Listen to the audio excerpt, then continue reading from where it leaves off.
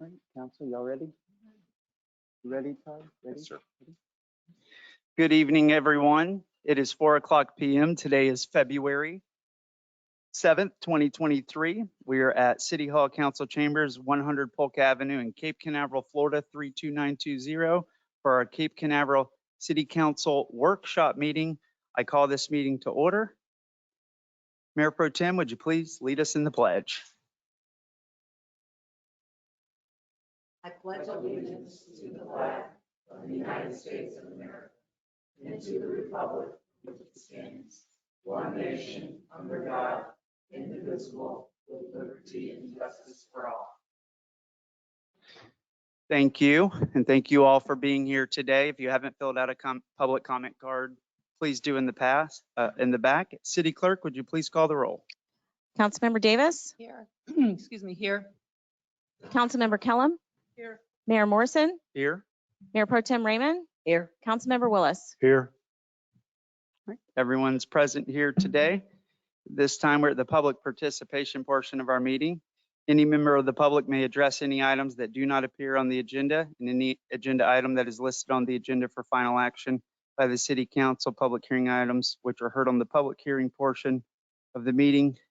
Ministerial items, none of this really applies for tonight, but and I don't have any public comment cards, but if you would like to fill one out, please complete that in the back and bring it forward. For those of you who are listening online at home, when we go to the public comment, if you'd like to speak, please raise your hand. I will recognize you, unmute you, and you will have 3 minutes like everyone else here.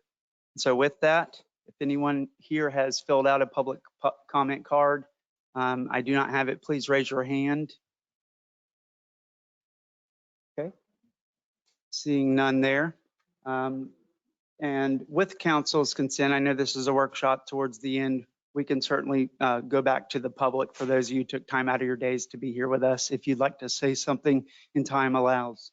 And I don't see any hands raised online either for public comment. And so with that, we'll go ahead and close the public participation portion of our meeting. Oh, I'm sorry, did I miss someone? Okay, you'd like to provide a public comment? Yes, please, for the sake of time. I think we know if you would like to go ahead and introduce yourself, you don't need to fill that out first. If you fill it out after, that's fine with us. So you can come forward now if you'd like. Thank you. Just go to the public podium right over here. Introduce yourself and this will go, we afford 3 minutes. And so when it's green, the time starts. Yellow, you got 30 seconds. And when it's red, we ask that you conclude. So hi, Ms. McDonald, how are you?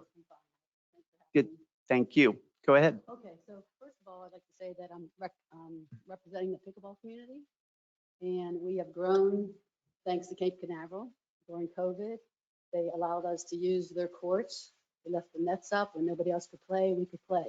We developed a club, which has grown to like 560 members. We're using 4 courts now, and sometimes we use 5 and 6, but with snowbird season, we've grown to like 50, 60 people playing on 4 courts. Sometimes we can use the 5th and 6th court, but if tennis comes, we have to tear down and leave. And people, I'm sure you all know how pickleball has grown, but people are vacationing where pickleball is. That's how they're planning their trips. We right now have 20 ladies over there from New York that are here for a pickleball retreat.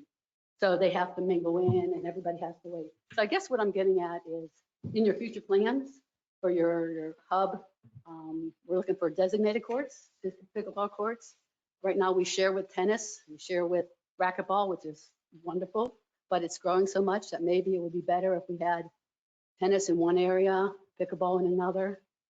Designated courts means we have permanent nets, not temporary that get moved off and on and things like that. And we don't mind sharing, but the growth is going crazy. And now it's February and it's just so busy. And the new rate system is wonderful.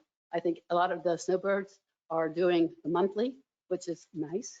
So I guess I just want to ask for in your future plans, when you're looking at your aerials and your spots, that you could possibly put more courts to keep us in mind. We need them desperately. Thank you. And I had the opportunity to meet you, but just For the record, would you please state your name? Oh, I'm so sorry. My name is Jane McDonald, and I am a USA Pickleball Ambassador for Brevard County.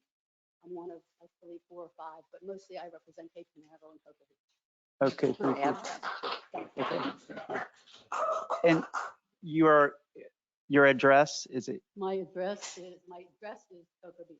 Okay, thank you. Mhm. All right. Okay. Thank you very much, Ms. McDonald. Thank you. All right, council. Anyone else, public participation? All right, I'm going to just double check online.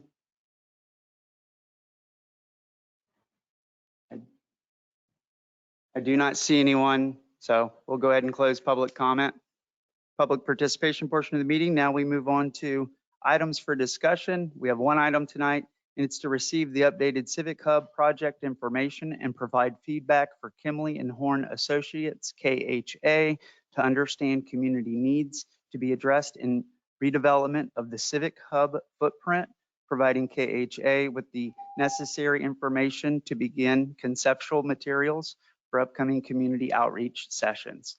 With that, I'd like our city manager to provide a summary. I think that would be helpful, please. Thank you, Mayor. Thank you. This is an exciting time for the city of Cape Canaveral. The Civic Hub project, although it's been named a couple different things, it's still the same place. It's still the same footprint. The dream has been for many, many years of council to have control over all of the contiguous areas in this area, what we used to call the city campus.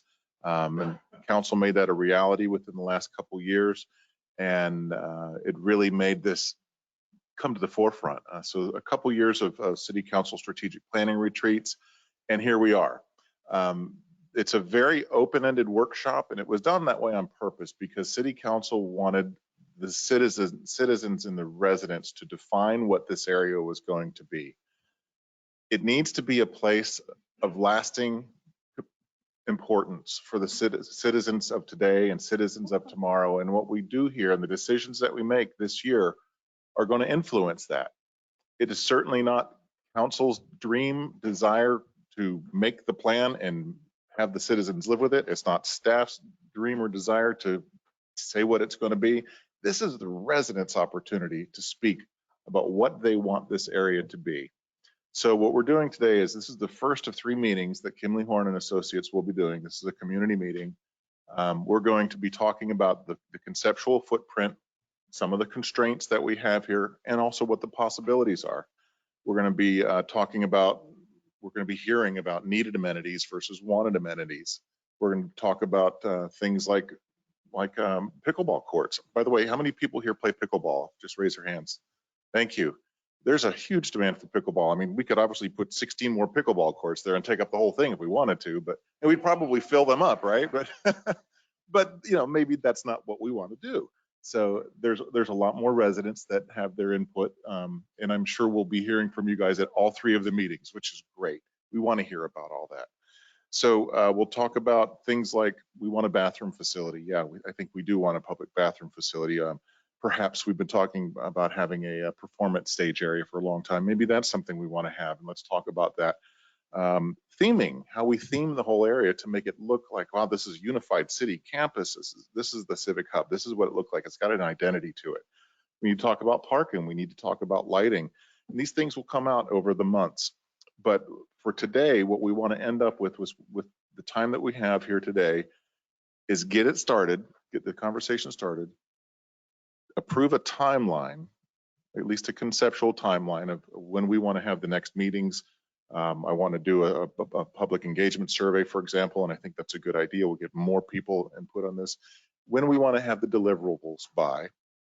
So we've got a fiscal year budget already that's approving this work that we're doing now, but we've also got a fiscal year budget going into the next year for construction and into the next year for construction. So we've got to keep the timeliness of this in mind as we go.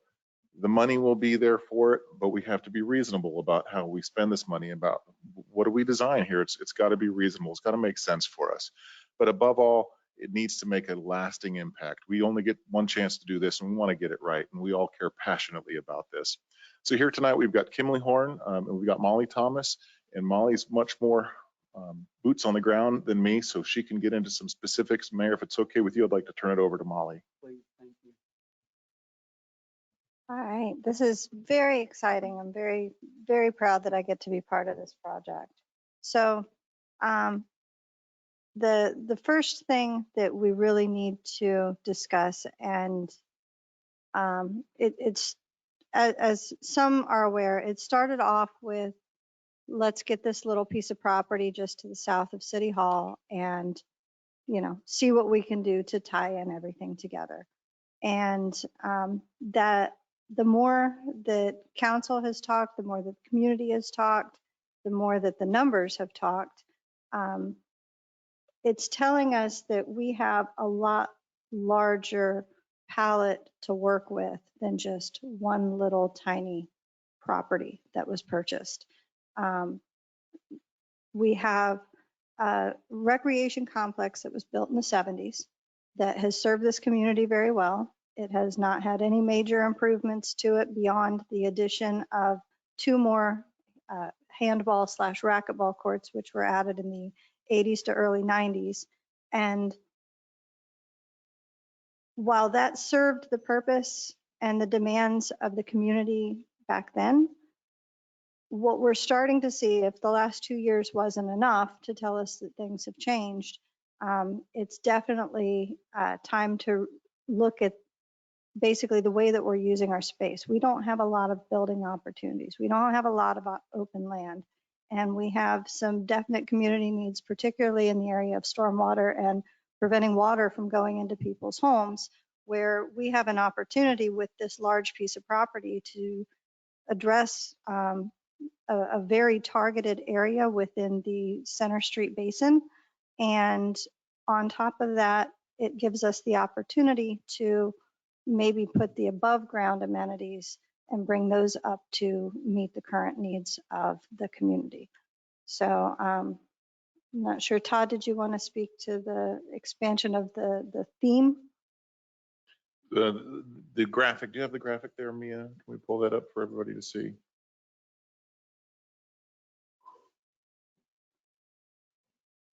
I think it's an important part to have a theme to this entire Civic Hub, that when you're there, you're there. You know what it looks like, what it feels like. And that's certainly open to community interpretation, Kimley-Horn, their expertise as well. But we've got an aerial image to show you here. Hold on. Keep pulling it up.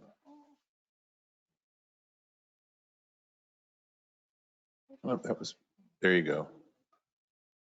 It looks like a yellow H kind of there. What that is the whole area, but there's 2 areas that are, or 3 areas that are in gray. The gray are the areas that we're only saying those need to be themed. We don't want to change anything. We don't want to necessarily remove the tennis courts and the trees, for example, from the dog park and the xeriscape park. We don't think that's appropriate for this. We need this. In fact, I think we need to save as many trees as possible when we're doing this. But when you look in the yellow areas, those areas are more of what we see and Kimley-Horn sees as the areas that can receive some of the significant changes here. So not only does it involve the purchase of the property next door that we tore down the building, but it involves closing off a portion of Taylor Avenue and reimagining that portion of it. This is where our Friday Fest takes place. Also, there's a portion on Poinsettia that's great out there, is where our Friday Fest takes place. The roadway will still remain on Poinsettia, but perhaps not all of Taylor. Some of it maybe. What that does is it creates areas where we can do storm vaulting underground in all of those yellow areas. And the yellow areas include the parking on the east side of the tennis courts, pickleball courts. The west side, which includes some underutilized resources for shuffleboard and racquetball. So when you look at all the math of this whole area is almost 4 acres of land. And I would say probably 2.5 acres of that is in the yellow. That could be a significant stormwater retention system where you direct the stormwater not only received in that area straight into those vaults, but also in the attributable area around it on Poinsettia and the other streets around there. So think of it almost like a sponge. You're taking some of this stormwater that's going directly into the Center Street Basin, and you're saying, nope, we're going to bring that here because we've got capacity in this area. So not only does it take what falls on it in terms of rain, but it also takes attributable loading from the perimeter of it. That's a significant part of this. And council has spoken about this and very passionately, that one of the biggest concerns we have to resolve in our city is the Center Street drainage issues. And this is not going to be 100% solved, but this is definitely going to make a difference in it. It's going to help a lot. So we thought master planning the whole thing with address the area that we want to put the stormwater in first, because we're going to have to do some clearing of buildings and some degree of tree removal in some areas to make that happen. And then we put on top of that the amenities that we want to have on top of that. So it has to be master planned, the whole thing. We see it as a 2-year fiscal year capital improvement plan. The first year would be devoted to the whatever demolition we want to do and the installation of stormwater. And the second year for the vertical improvements, or the things above ground. Mayor.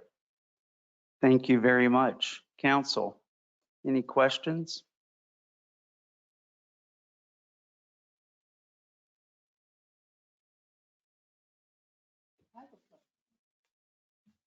Yes, please. I have a question about the stormwater underneath and then putting amenities on top. It was always my understanding that once you have the stormwater drains underneath, you can't put anything on top. So how would that, I mean, we're talking about adding pickleball courts or tennis courts, or how would we do that? And with the stormwater underneath, how would we? Yeah, those concerns came up a lot when we were doing the MGF, which is now the C5 building, because we've got all those under drains out there. If you're not familiar with Canaveral City Park, where the softball field was and the baseball field are, they're all underground vault chambers underneath all that. And there was a lot of concern about heavy vehicle traffics out there when we're constructing the community center. No heavy trucks out there. That was a no-no. But you can put improvements on them, such as a slab. The sidewalks that we put out there. You could do a tennis court, a pickleball court. You could do that. You could put those kinds of things on there that aren't heavily concentrated per square foot load, as opposed to a crane. The weight of a crane on those systems is just too much. So there's a certain degree of overburden that's put on top of these vaults that will allow a certain PSF loading on top of it. Anything that we design has to fall within those parameters. So what do you do about when you have a building footprint? You've got footers, that's holding up concrete block walls. Well, that's in those areas, you don't have the storm vaults where the footers are directly over there. That's why it has to be master planned together.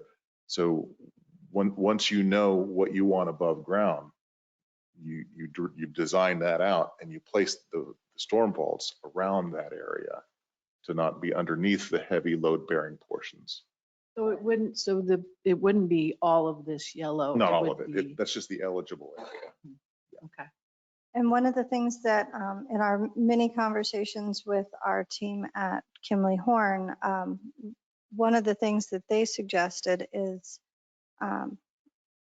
as long as what's underground is designed to accommodate what you want on top, you have a lot more opportunities. But if the underground stuff is not designed to have things setting on top of it, then you won't be able to have that weight on top.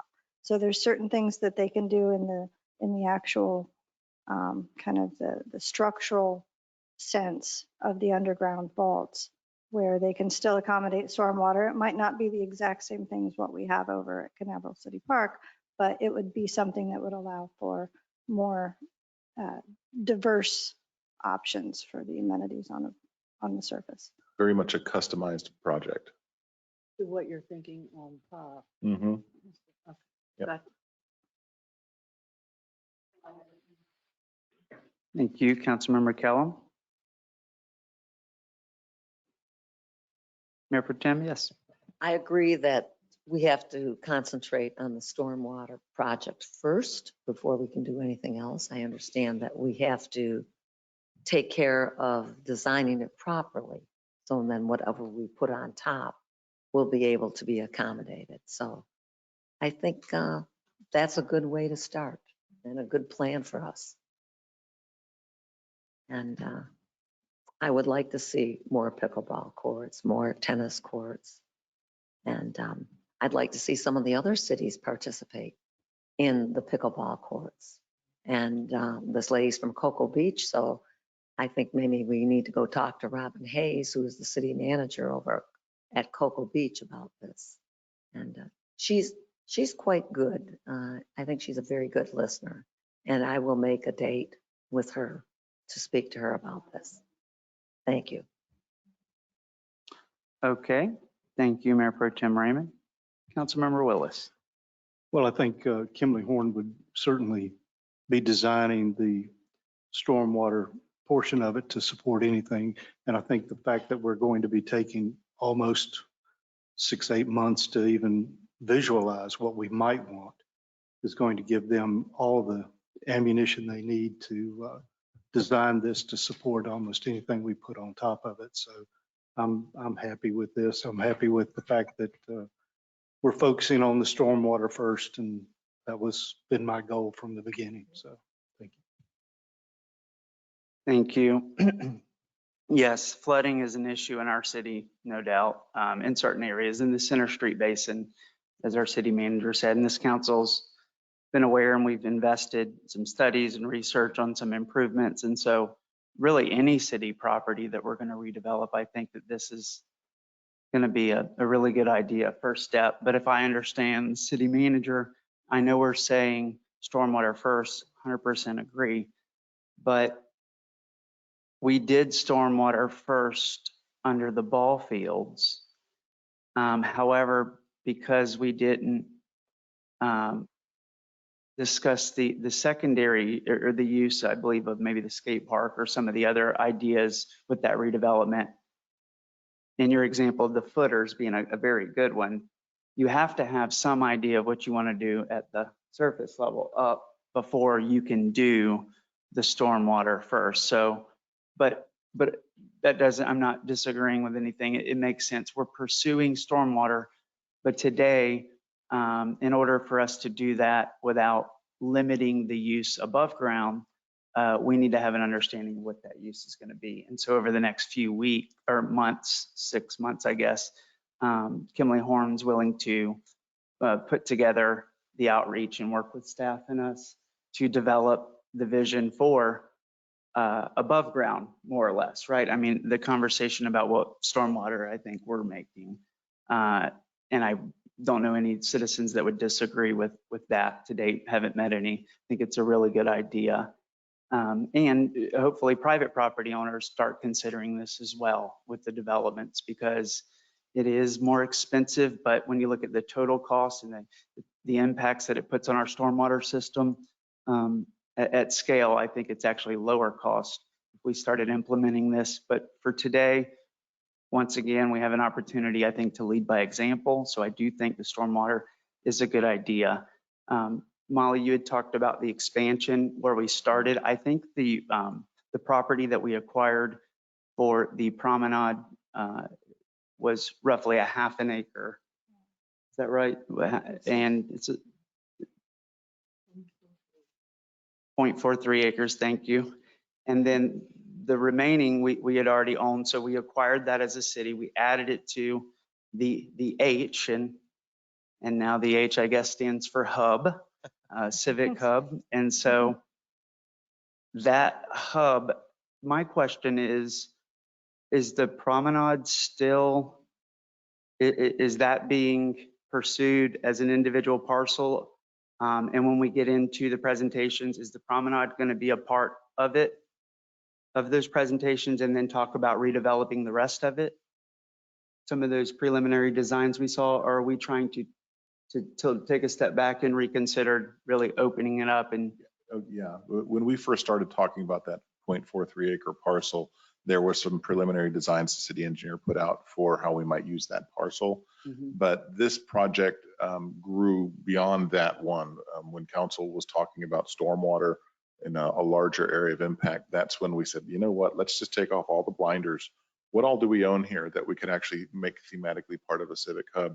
So this is larger than just that limited focus of the 0.43 acres.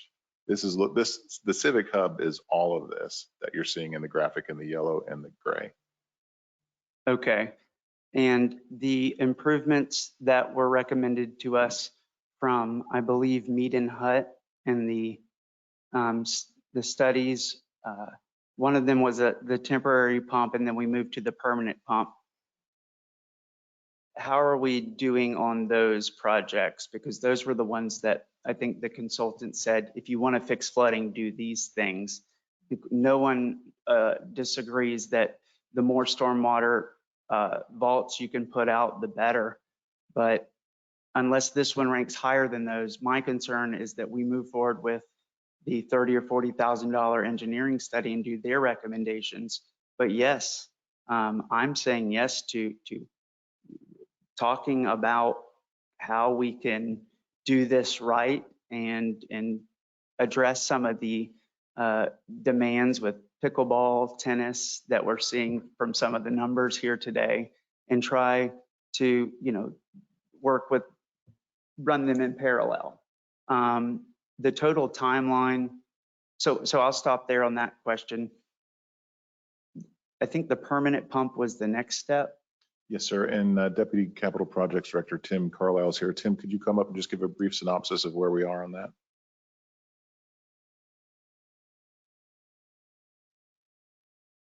Good afternoon, Council. All right, so where we're at with that right now, we're waiting to hear back from a DEP grant that we've actually filled out. I believe the grants for anywhere from $425,000 to $475,000, which will pay for about half of that pump system. But with that being said, with having the pump in place is going to be a fail-safe. In addition, with the underground chambers, we want as much storage as possible, and we want to be able to have a plan B and a plan C to eliminate any flooding risks whatsoever in the city of Cape Canaveral. So that's why we would like to do all of it. But that's where we're at. We're waiting to hear back from the DEP on the actual grant itself. As soon as we hear back from them on the grant, the plans, I believe, are about 90% done. We'll get the 100% plans. We'll go forward with the bid process, bringing it back to you guys, and hopefully going forward with the whole process. And Tim, that includes the tidal valve as well. Yes, it's all one part of the whole project. Okay. Thank you very much. Please. Mayor, is that okay? Yes. Of course. In the same study, the Mead and Hunt study, they talked about the retention pond down there on Center Street. Have we gotten any more information? I mean, didn't they say that would be really beneficial for us to have that? It would, and I think that's still under, if I'm not mistaken, that's still in the process of being hashed out, if we can gain that property or not. We have an owner who's willing to work with us, but that owner is wanting to develop some things on Center Street too. We believe that owners want to come to council and want some things from council as well. That's all tied in with the mixed use development language that's going through P&Z right now. So it's all on the table. And then my other question is, and maybe John can answer this, the ARPA money we had, didn't we designate that to fix the stormwater? The pipe. For the Center Street Basin Yes. project? Mhm. Absolutely. Yeah. So obviously getting an FDP grant would be fantastic. And then we save more money on stormwater that was going to be spent there that could be utilized on another stormwater project in the city. So yeah, But do we have to wait for the grants to come in to get started on that? Or can the grants reimburse the ARPA money? Well, I think, Tim, it has to do with just the nature of the project. Could you answer that? Because I could tell you that the money could be used. Yes, if we've started, the money could be used immediately. So that's not a problem. But as far as if the work has to be done to go ahead to get the reimbursement, or could the reimbursement come before the work Well, began? since this is done through ARPA and the DEP, see, the whole thing was supposed to be done through ARPA. So Right. we could still go forward with the whole project under ARPA, as far as I'm led to understand, right? Yes. But we would like to get the grant to help, Absolutely, but solidify the funds. But as far as I know, that we're just waiting for the complete set of plans to be able to go forward, whether we get the grant or not. We're just hoping to hear from the grant faster than. So in answer to your So question, kind of- the grant doesn't have to hold up the project No. because this was going to be fully funded by ARPA anyway. Right. So we're waiting on the plans, really, not the grants. Correct. Okay. And who is doing the plan? Pardon me? Who is doing the plan? A meat and hunt. Meet and Hunt. Okay. Yes. Okay. Thank you. Yeah. Thank you. So my hope is that it really, to me, is about the time, the total time, if we say we've started now to have this finished, how long would that timeline be? Well, we are proposing a timeline tonight, and Kimley-Horn hasn't heard this either, but what we're starting today with this first workshop. We would like to get councils and communities' feedback on having the next date would be February 13th to March 30th would be a community input survey. That's a 45-day survey. And then that would make the next date the end of April, perhaps early May, to have community workshop number 2. And we think that one would be ideally not held in the council chambers, but somewhere else in the public where people feel more free to speak, if that makes sense. Perhaps in a Nancy Hansen recreational facility.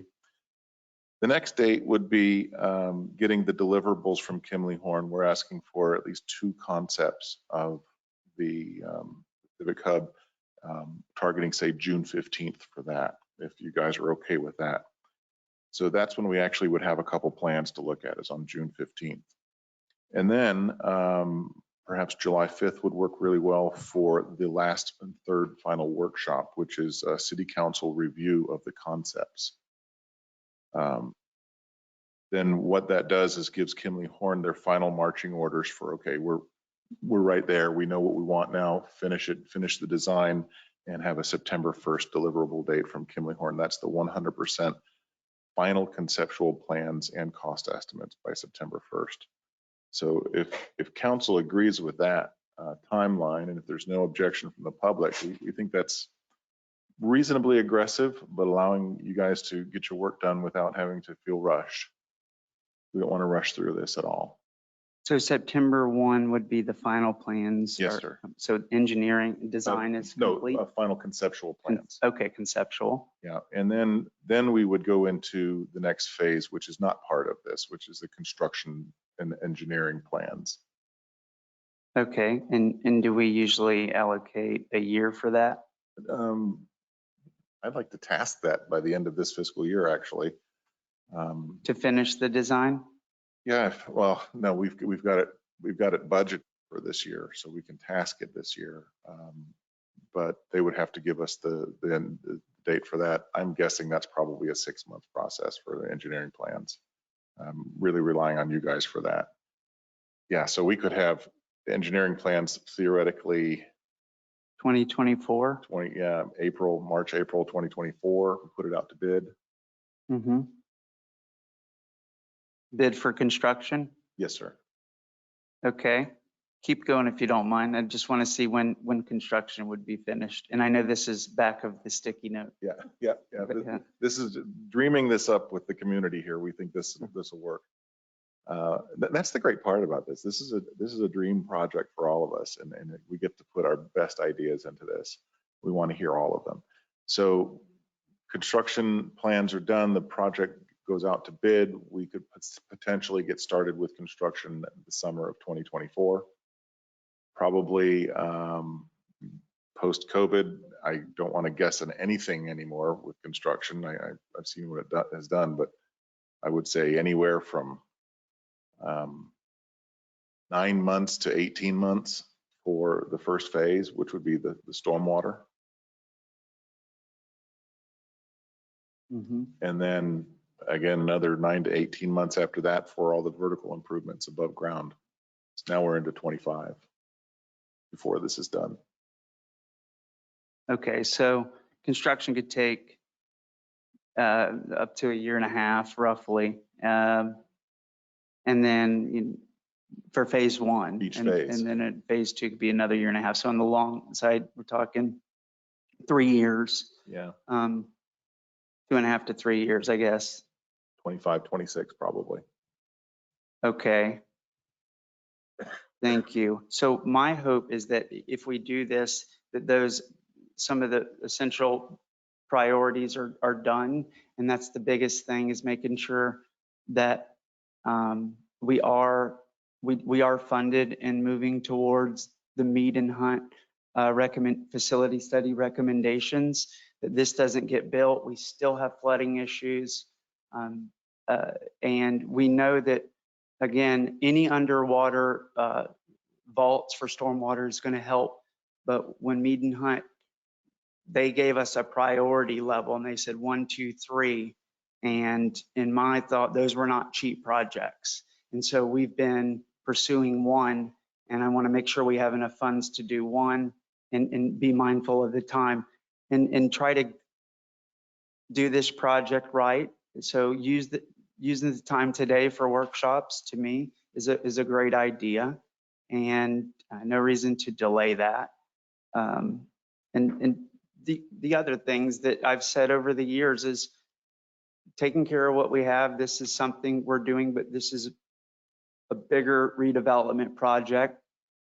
But making sure the street lights are all working and the basic things that all of us council get emails in first. So if we can do that, I think I'll be happy, and I think the citizens will as well. And then, get inside this H that we're looking at here and try to figure out the highest and best use of that space would be good. I did get some comments from some folks.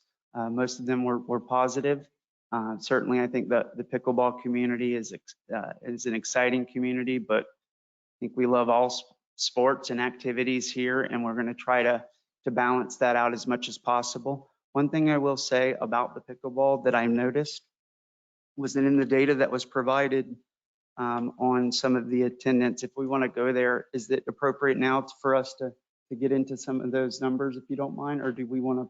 However you want to do it, Mayor. Okay, I just had a few questions on page, I think it was the second to last page, just before was the breakdown of the revenues from, yep, right there. Okay, so when we look at these numbers, it says for fiscal year 2021 and 21-22. I think a page is missing. I think the 21-22 page is missing, because this is what I'm looking at right now, what I've printed off, is the 2020 to 2021. Okay. This one looks like the one I have. Is that what? We're y'all have? missing a page.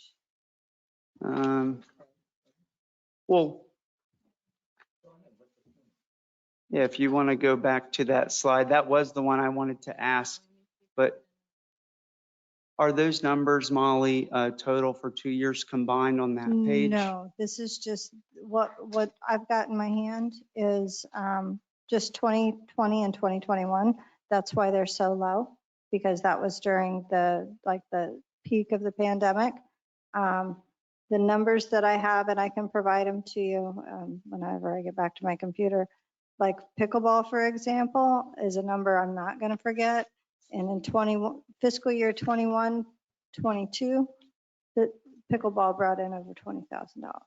How much? 20,000. In the year 2021, 22? So these numbers here are just for 2020 and 2021? Correct. Okay, so if we just struck that little in there and just know that that's what we're looking at. And then the only numbers that really don't show a dramatic increase out of those for the following year would be shuffleboard, because shuffleboard's another number I wouldn't forget, because it was remarkably low compared to the rest of them. And shuffleboard brought in, I believe, $625 for fiscal year 21, 22. I don't remember that one off the top of my head, but it's, if you look at it percentage wise, it's very similar. So if you add another, I don't even know how to describe that. Like they go up incrementally the same. I don't remember what tennis was off the top of my head. So, Okay, but everything's just about double of what it's listed on for 21-20. well, the thing that I think this might still hold true is when we look at the total, actually, and there's 13,000 down here, but I actually think it's 19,000 because when you add up at the top there, those numbers, the very top far right corner total under athletics, 12,621. When you add that column up, the 1,859, the 480, the 4,241, you get about 19,201. But the breakdown, the current fee category, if I'm looking at this correctly, is only breaking down the different types of users, non-resident, resident, for drop-ins. That whole breakdown does not factor programs, from what I can see. Correct.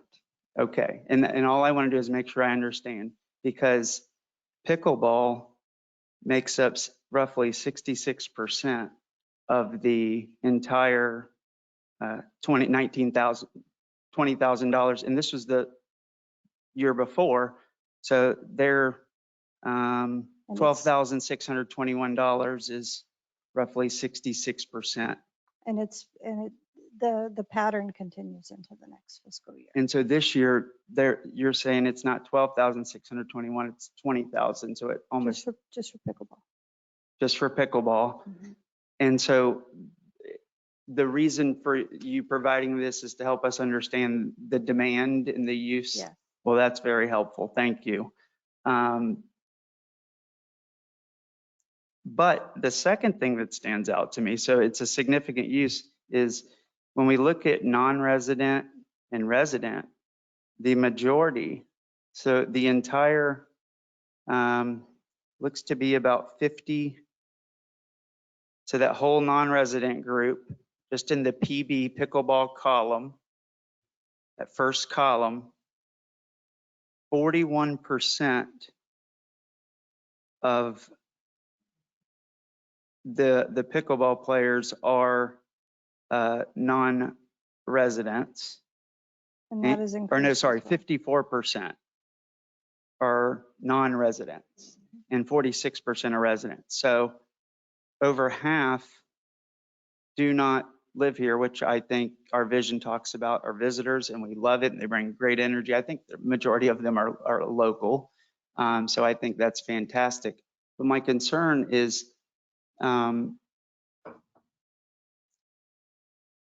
if we expand too much on the pickleball, or what is the status of other cities' pickleball courts? Maybe the pickleball players can help, because I think pickleball is here to stay. I think it's a great sport and activity for folks, as I'm understanding, who fit a large majority of our demographic. I think tennis is here to stay, tried and true. It's been here, and I love both sports. It's not one or the other, but just looking at the interest, there's a strong draw here. And so if the city of Cocoa Beach or Satellite or Rockledge, do they have pickleball facilities? And if they do build them, how is that going to impact Cape Canaveral? Some of the other county facilities actually have pickleball offerings. I don't know what Cocoa Beach's offerings are specifically. I have not heard that name mentioned. A lot of the places that I've heard them discuss, and they're here so they can actually give you the names of the facilities. I know there's a facility towards Port St. John on US 1 that's offered pickleball for a very long time, as long as we have. And what we've started noticing, because we've done so much, it's not just a matter of the municipal people providing. What I started noticing, because we've been doing so many, I think I've got a permanent tab open for Google Earth at this point for all the different aerials for the different projects we're looking at. And I'm starting to see pickleball courts in condos.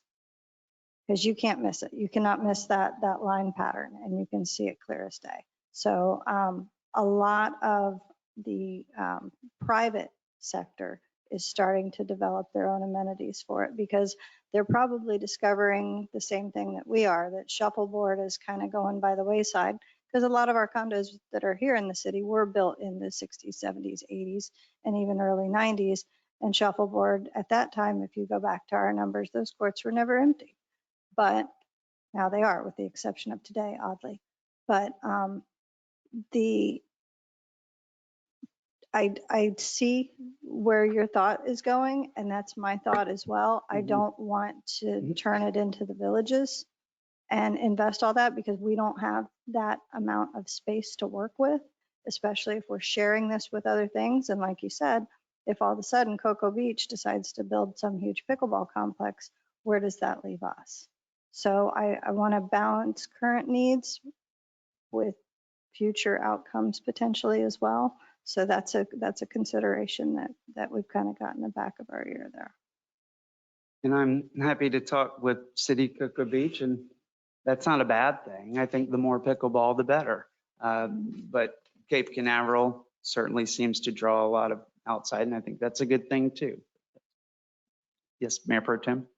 What I've noticed about it is that a lot of the condominiums have put in the pickleball courts, and almost, I ride my bike every day, so I see people putting in the lines. So most of the condos have gone ahead and put pickleball lines so that people can practice pickleball. And in addition, the other thing that I've noticed, some of the country clubs, Rockledge Country Club has a large contingency playing pickleball. But we have people coming from all over for our courts, our Titusville, Port St. John. And if you take a look at the parking lot, I think that really is very significant. And what I've noticed about the parking lot here at Cape Canaveral is that more than 3/4 of the cars have Canadian, New York, Connecticut, Missouri, different license plates, which tells me that they are part-time residents, I'm assuming. And there's nothing wrong with that. It's just, and we have to think about that. And that's why I think balance is important. I have to say, one of the things that I would like to see, I think that what we're trying to do is going to be unique for A1A. I don't think there's any project like this along A1A. Now, you can look at Barton and see what Rockledge has. And I think one of the things I think we have to keep in mind, since it is along A1A, is that we want it to be pleasing, pleasing to your eye, as something that we all can be proud of. Residents are excited about this project. I've talked to plenty of them. And I do think perhaps some type of a garden adjoining the art center might be, very appropriate. But I think we want to make it appealing, appearance-wise. And I think that's an important point that we need to think about. Right now, people speed by and they don't see it, but I think we want them to take notice. Because it is going to be something unique along A1A. Thank you. Thank you. So yeah, that was the thought. And I think that just the general direction and the hope for tonight is the next step would be Kimley-Horn we'd move forward with an agreement or implement or execute on the one we're already under. Is that a next step? We have folks from Kimley-Horn. Do you have somebody designated to speak? If you wouldn't mind. So they have been given a task that's kind of a blank canvas as well. They're going to come up with a conceptual design based on what we say we want here over the next few months, and deliver it in a certain phasing and an ultimate 100% conceptual plans date as we decide here. But go ahead and give us your thoughts on it if you don't mind. Yeah, so Zach Hall with Kimley-Horn, and just a little background on Kimley-Horn. We are landscape architects, planners. We've got here today engineers as well. So the stormwater issues that we were discussing earlier is all being incorporated with our team in general. So we're not just solely focused on one aspect of it. We do have our engineer partners with us that are experts in stormwater. And we've been discussing all these issues with the impervious area and looking at the presidential streets that we're working. Those at the Kimley-Horn collaborative project as well. So I think looking back to all those portions and kind of making sure that all that is working together. In terms of next steps, yes, we do have a contract that I think that we've delivered to Molly to get started on getting the survey that you spoke about a few moments ago. And I think that timeline that you ironed out is definitely doable on our part. But getting a survey out just to get information from you all about what, all we have right now is an outline of the area, right? That's the extent of what we looked at in terms of a master plan. We don't want to get too far into it because we don't know exactly what you guys are looking for yet. So hearing a little bit so far today has been very helpful. Hearing about the pickleball and the tennis and which way you guys are leaning, which seems like it's very important for both of them. So that kind of information we need to gather, that's coming from the survey. After the survey, we'll go into getting together a community engagement program together. And then once we gather all the information, so right now we're ready to absorb everything that you guys have for us in terms of what you're looking for in the Civic Hub. Thank you. And is there any need to explain the easels or anything over here for anyone who's? We brought some easels. And Zach, if you want to, Zach here. We have another Zach as well. Zach, could you go over the items on the easels just so we know we can reference them and what they're representing? Sure. CK, CH. So the easels, the first three easels belong to the city, and the last one Kimley-Horn brought. The first three easels I'll discuss briefly. The first one, or the two ones that are vertical, were done in conjunction with Stetson University, and they've been longstanding partners of the city. They took LiDAR data of the city overall, and were able to break down by stormwater basin, which you see red, and the other one, zoning class, the amount of impervious cover on the city. And it gave us a good idea for the first time of how truly paved the city is.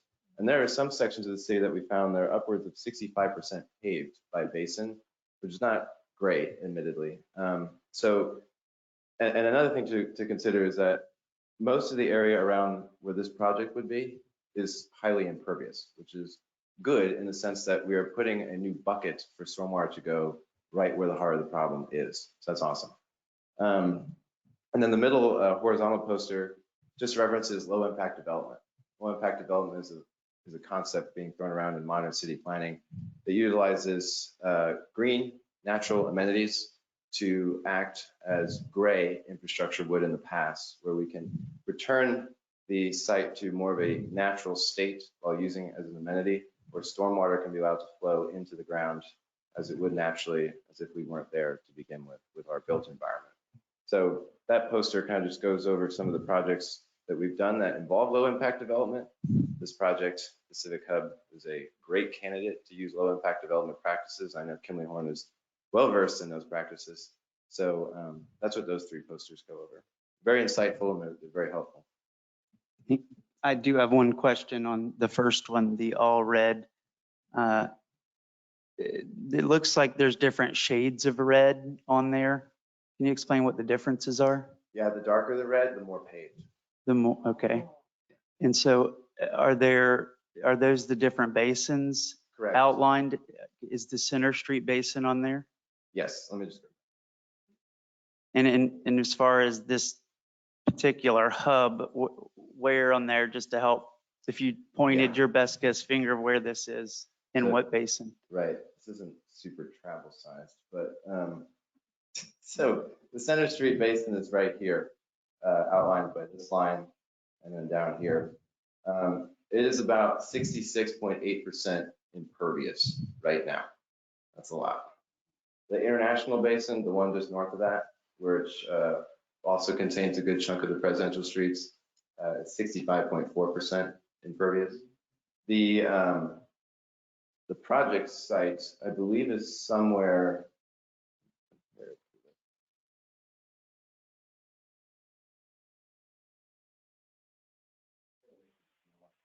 No. So this one's just a little bit easier to tell. It's right here where it says C1, C1. The plot itself is actually fairly permeable as it is now, which is great. There's a lot of green space. So we're talking about right there, which would translate on this one to be somewhere north of the Center Street area. But of course, it flows down to the Center Street, so that's the basin that gets affected. So that's roughly where it is, right there, right in the middle. You can see how red it is around it. So is it in this Center Street basin or the one just north, the project? Tim, do you know if it's in Center or International?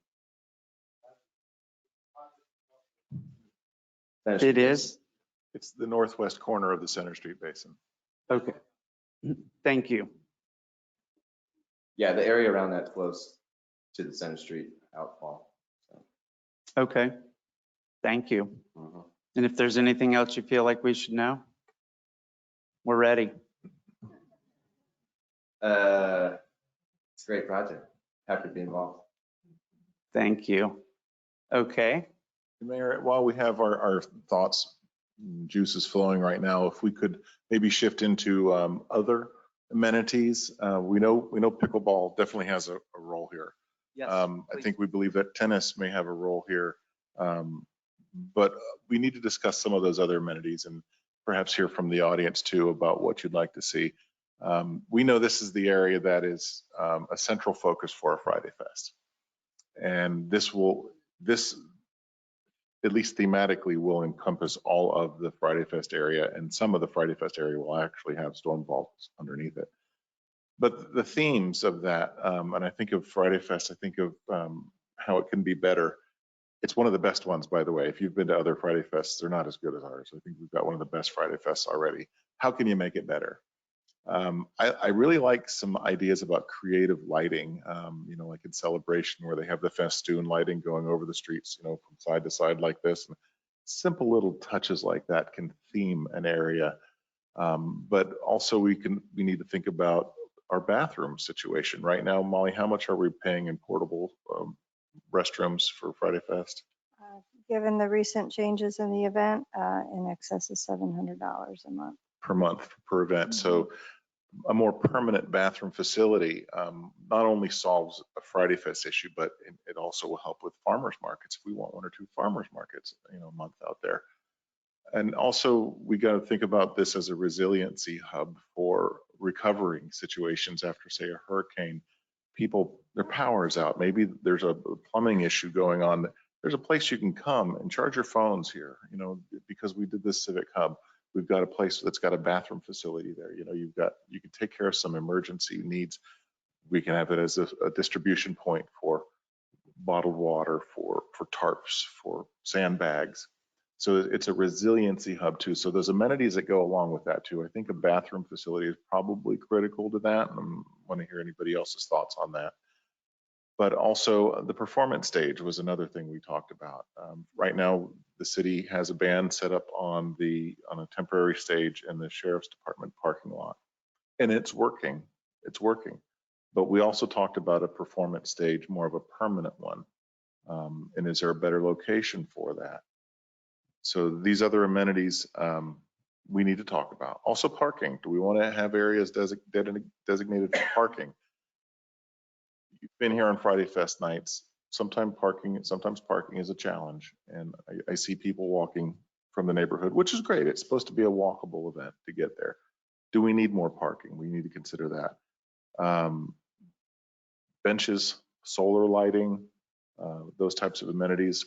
And then lastly, I want to talk a little bit more about theming.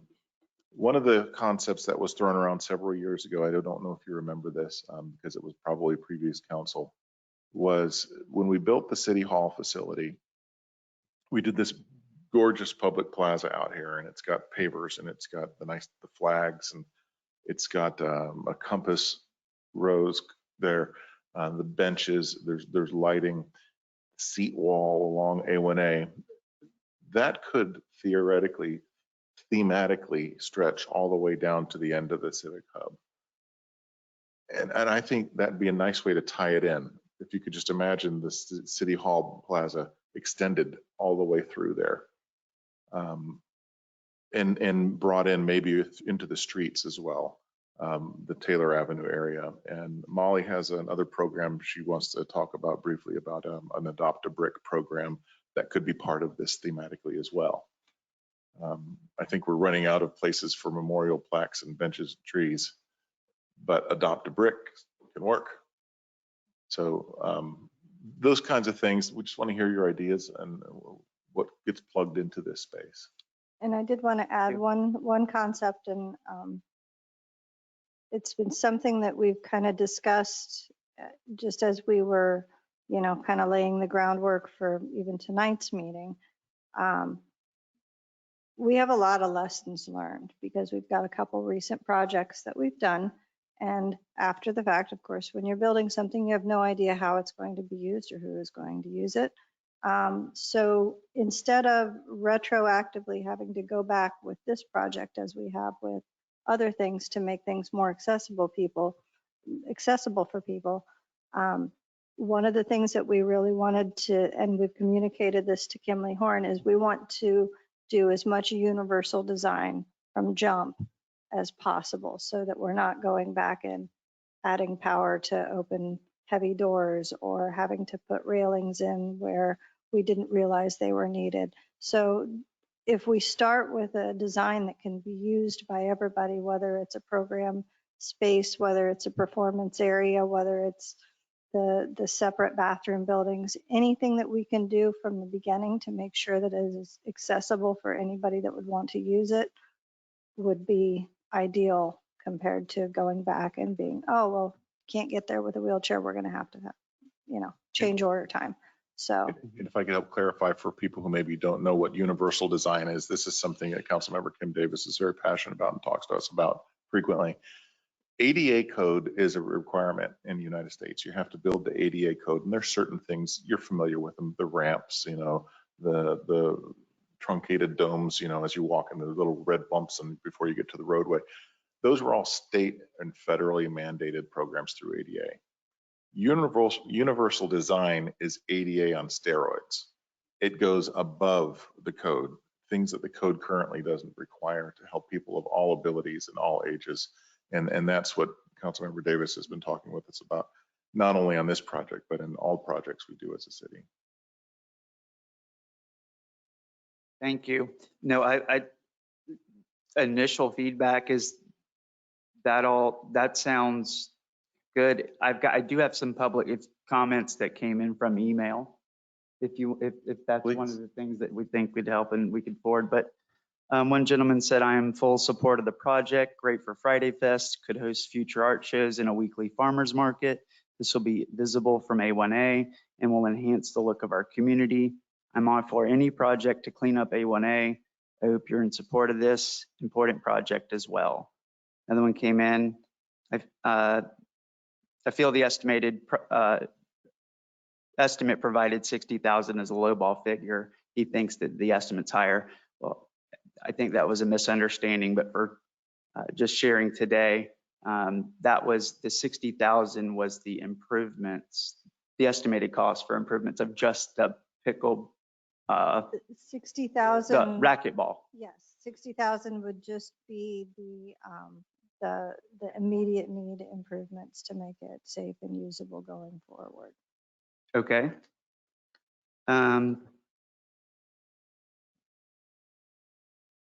This was one says, I visited the promenade area a couple of times to get a feel for what residents use, the nearby areas, and what might be a good fit for the future. I saw lots of people strolling, biking, visiting the dog park and parking, perhaps to walk to the Hanson Center. There's quite a bit of traffic noise right there at the promenade, and the perimeter has just the half dozen or so mature trees, oaks, sea grape, and palms. I'm not sure of the construction of the storm vaults, but if they are similar to what is under the old softball field, the absence of the trees is good. Perhaps the promenade would be a good location for those. I have two suggestions for the promenade: a gravel exercise path with native plants or a skate park, both well lit with fun colored lighting and downward pointing lights. I'm still tender about the damage of the tree removal at the community center. I think we're all aware of that. And their hope is that we do protect the trees, and that's a big part of low impact development. And so thanks for my input. Says another gentleman said sidewalks along A1A have holes in very uneven places. My mother is disabled and can only ambulate via a mobility scooter and has almost tipped over from the holes and uneven cracks. So the universal design and the things that I was hearing, farmers market, that's tying in here with some emails I received, and that one is irrelevant. They just had a question on what the project was about, and I said, come to the meeting. We're just conceptually getting the project started. And he said, would this redo of the promenade involve a possible ending of Friday Fest? And I wrote him back and I said, no, if anything, I think the goal is to enhance Friday Fest. Although construction could possibly interfere with it in certain areas. It might have to be compressed into a certain area during construction. And then, yes, and then I got some emails from the pickleball community and Janie, who was here, I think, tonight, and hearing their thoughts. But as far as, just email feedback, that's what I've got. And yes, I think if we do it right and don't get in a hurry, we can. And as far as total cost for just the promenade, we were at what? That's where I was a little confused, because I think we had You mean the $800,000. cost with the closing and whatever, like 945,000. Something 925 to acquire the property, but then we had costs to develop it. Are you talking about going forward? Yeah, Yeah, well, based on what's in the budget, you have, there's $250,000 left on the $1.2 million loan, which is the money's needed for this fiscal year. And then going forward for. That's how we're funding this. Yeah, and then going forward for 23, 24, with the, if you're gonna do the stormwater, well, then you have the 500K, which could be covered by ARPA and some CRA funds. And then in the third year in 24, 25, another $550,000, if you were to stop there to close out the project, would be the redevelopment, which would be covered solely by CRA funding. And when I look at 24 and 25, the CRA would be extremely healthy in the sense that it could fund the remainder of this project in 24, 25.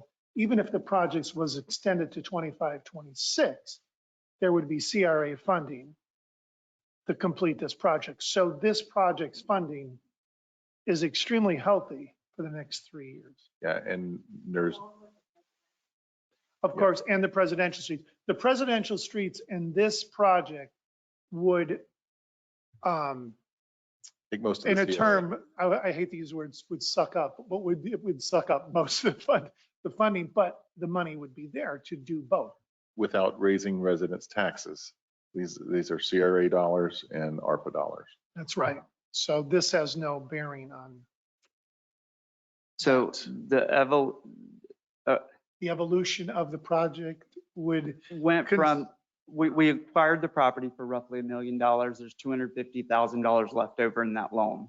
Those funds were supposed to be used for design. Yes, and And that's are what, we not? and that's what the 250. You're referring to the loan that we took out? Yeah, the $250,000 that we have now, that That's you for- said is for this. Going into design, yes. So the $250,000 would cover the cost to design this entire? It's the Yeah, same we've- cost for a 0.42 The acre? current contract we're under right now, Molly, what is it, 94, 98, 98,000 98.6. for the conceptual plan. We want to get the conceptual plan delivered for that.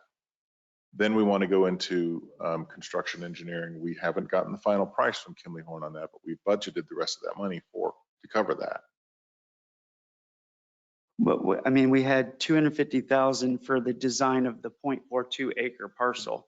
No, for the Civic Hub, the whole project. So their scope of work for the, Covers all of the H. I think he's asking that the 250,000 was originally just for the purchased property, It but would, now it's extended beyond. it was the whole part of a range. No, $1.2 the million loan. 250,000, when we got the property and settled on the property for about 925K, we went for 1.2 million, knowing that if we have an additional 250, it could go towards, in the first year, design and some redevelopment. And there was also demolition expenses. And there was demolition, of course, and asbestos and all that stuff. But it wasn't just for that 1.43 acre parcel. Right, Originally, right. It was for the whole redesign. It wasn't just for what we were going to do on the 0.43 acres here. The 250 was to be used for the design and community input and redevelopment. It's in the budget it's in our budget on page 116. And that's what that 250 would be for the first year. Then when we get into the next year, we're going to do stormwater, right, the ARPA funds. And then the year after that, another 550K will be covered solely by CRA funds, which are available in 24, 25. Yep, I don't remember it that way, and maybe the budget, but to me, it started with a 0.42, a little under a half an acre parcel. That was 1.2 million going into that parcel. Now the scope of work has expanded to the H, and I remember us talking about the idea of doing that, but I didn't know that expanded the scope of work with any additional work. I can't imagine that the cost we budgeted to do the design for a 0.42 acre would be the same for 4.4 acres. So do we know how much we went over time? It could be, I guess, 1, 2, 3, maybe 4 years, 5, from concept through construction or completion better. What do we have any idea of how much it's going to cost? Not including the 1.2 million. Are there going to be two questions? Are there going to be additional design costs? Yeah, I don't think. And Yeah. then obviously the construction costs. The 1.2 for the 0.43 acres was when we knew it was going to be 900 and some K, the remainder of the money was going to be used for design. I don't think that it was ever settled at that point as to what the total design cost would be, only that there would be $250,000 available in 22-23 to address the design and some redevelopment. So in answer to your question, what you're asking is, I think, that's something to be studied and see where we land in terms of, if you're going to redesign 4.4 acres. So today, what are you not able to do that you need us to help you to do? The mayor's talking about the total design, like where do we land where's the cost approximately where we land for a total design of this 4.4 acres? And I think that's something we need to look at going forward. I don't think that has been determined yet. We haven't gotten to that road I think yet. that's task 5 or task 6. I think it was TBD. Yes. Would you mind coming up to the microphone? I'm sorry. Yeah, so on the contract right now, the task, I don't remember if it is 5 or 6, but it is a TBD for construction documents. And we can't, at least right now, come up with a number for that until we know what all is going to be involved in the Civic Hub. So it depends on what we ultimately decide it's going to be there. Will determine how intricate those construction documents are. So that's why that number is TBD right now. And that's the answer. That is it in a nutshell. We need to know what we're going to actually, the community and council, decide on before we can determine how much it's going to cost. Because we don't know what else is going to go there. Could be pickleball courts, could be tennis courts, could be something, an amphitheater, and I'm just throwing it up. Right. An amphitheater, a new stage for the band on Friday. We don't know that because that hasn't been discussed. We can throw wild guesses out there. It might be a $70,000 charge. It might be a $150,000 charge for those. I don't know what it would cost for that at this point. But today, Kimley-Horn is operating under what agreement? The conceptual plans, coming up with the conceptual plans. But have we approved that agreement? That was my question. Is that what tonight is about, is to approve that agreement? It was already budgeted. Yes, I don't know what the extent is that Kimley-Horn's going to. Do I- they still need to draft an agreement based off this conversation to propose? Is that what the $98,000 that's proposed? That's what That's- Kimley-Horn is that what we were That proposing? hasn't been formally approved by Okay. council yet. So in answer to your question, it's Okay. unknown, It's the- Mayor, at this point. So tonight, if we give you direction, there'll be another agreement that will come based off what we learned here today that we will approve. Yeah, And this is more that's of a when kickoff. funding, and you're saying that there's 250,000 that would help fund that agreement that's left over? For the first year, yes, design, community input, and some redevelopment. Now, we got to see where we're going to land, because I don't know We- you I don't think know I where we're can- going to land yet. I think this might clarify. We budgeted $150,000 for the conceptual. Was it 150? Right, 150 for design. And they came in at 96, 98,000. That is a recent document just within the last several days. That needs to come to council for formal approval. Okay, It's $50,000 under budget. okay. And then you need to see what that gets us. What does that design? And tonight's takeaways will help form that agreement, the scope of work. It's and ready thing? to go. It can be on the next, I don't know if it can be on, that can it be ready for the February council meeting?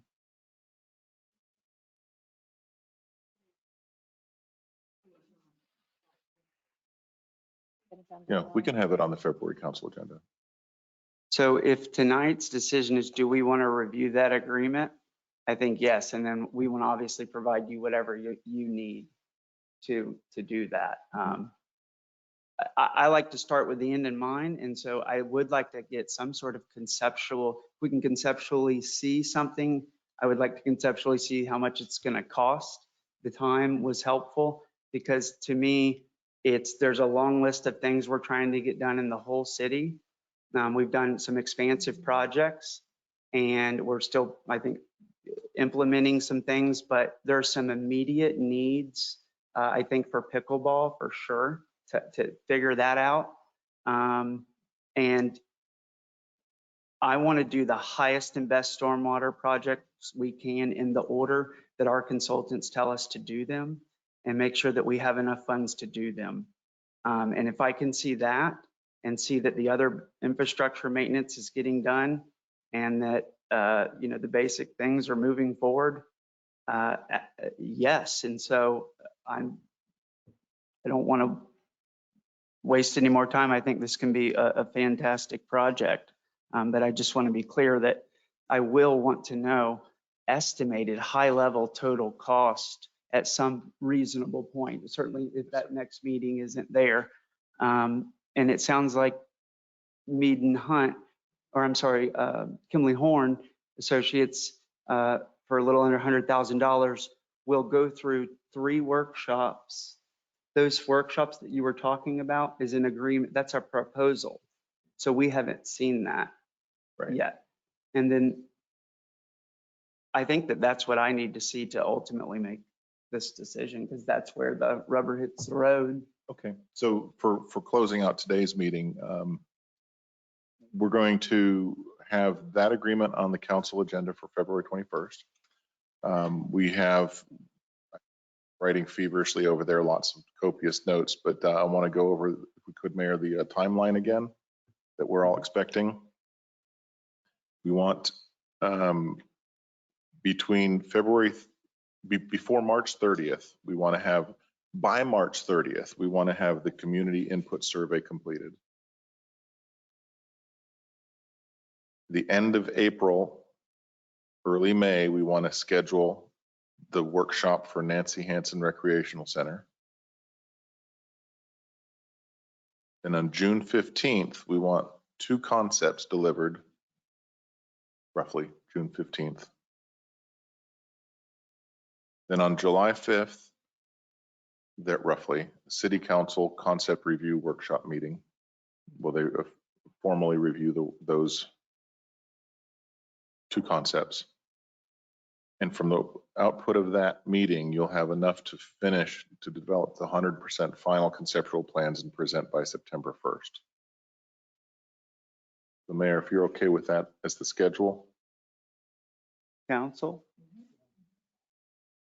And then I think it'd be helpful also if we went to the audience again. I know you said you were going to, but we've thrown out a lot of conceptual ideas today, from bathrooms to lights to benches to pavers. If there's anything you do like of that, if you want to say something in favor of it, something you don't like about that, you don't think we should be doing, let's hear from that too, or maybe some other ideas that we haven't heard. This is a meeting where we do want to hear those things, Mayor.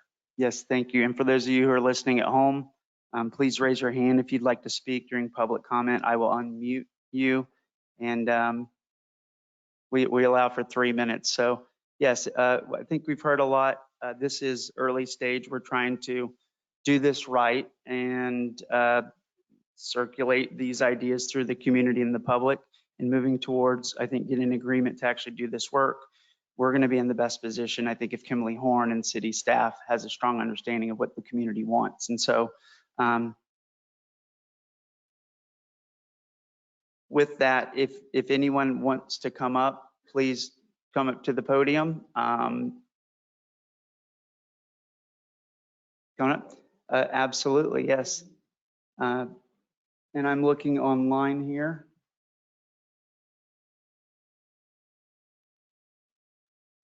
I don't see anyone's hands. Hi. One thing I mentioned the restroom, I think that's very important. We could put a public restroom somewhere in the area. But at the same time, the reason we are so busy pickleball on weekends is because it's free. I mean, people know there's no restrooms, and they go to the BP station, and they go to the library on Saturday. But something to consider for the future is charging on the weekend. And look at that, your manpower, your benefits, that's a cost. And if you have someone working it 8 hours, get some money, pay for everything. Would have that restroom, whatever, that would help.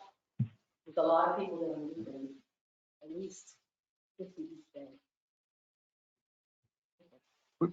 Mayor, ma'am. Yes, please. You're very familiar with pickleball players and their wants and desires.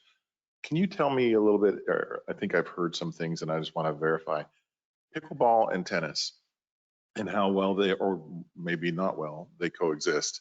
Do they desire to be separate from one another? Do they want actually to play on the same court? Do they want to have a buffer between them? What is the thought? I do think for pickleball people, and it does not bother pickleball people when tennis is over there.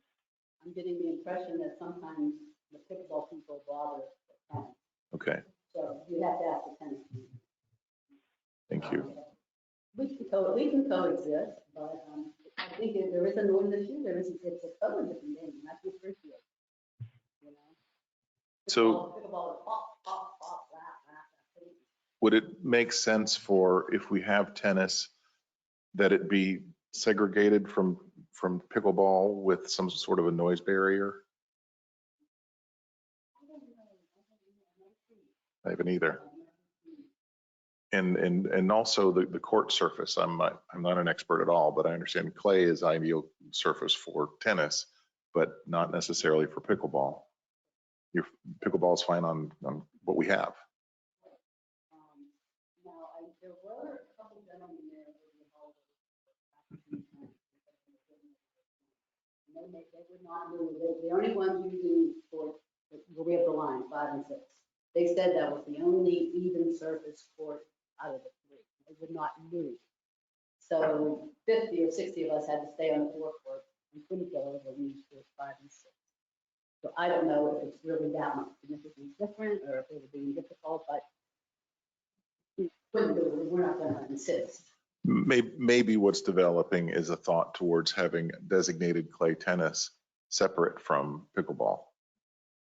Yeah, I think if you had exclusive pickleball, exclusive tennis, and maybe a hybrid where you could flex and bend like we have today, Right. that would allow for overflows. Mayor, I just learned something this week. I really had a great explanation. I wasn't quite certain. I think what is partially distractive to the tennis community, and most of the tennis community, they've left now because of pickleball. There's a lot of movement All right, you have 60 people or 65 people on the courts. They were tennis courts, 1 and 2. All right, it's the movement. And I didn't quite understand that because I'm like seeing the constant movement and then also the movement to now over court number 3. And so I had to ask because I don't play a lot of pickleball. I can play, but I don't. And what they do is they play one game when they have 65 people. Then they move to the next court. It's a movement. And that's partially what's distracting if you're playing tennis. And if you could see this, and it's constant, the movement, because you finish the game and you move to another pickleball court. See, I didn't understand this. And if you come over, you can see this constant movement. So maybe a visual buffer. Games done and moved and going off and waiting. And then it's back and forth with the gate, going through the one gate from courts 1 and 2 to 3. It's a constant movement. All right. And if there's a tennis lesson going on, I know that our tennis pro has talked about this. It's difficult to hear him giving a lesson if there's pickleball on the next court. All right. So I just trying to explain a couple of things. Got all that, Kimley-Horn? But well, I didn't understand it until this week. It makes sense. That maybe that's what we're getting at. It could be segregated somehow. Thank you. Thank you. And Linda, I got your email and I didn't read it. I'm feeling it. I'm sorry. No problem. Thank you. My concern with this whole development is the A1A traffic. Like Ms. Raymond said, they go speeding by, so anything that we put along A1A.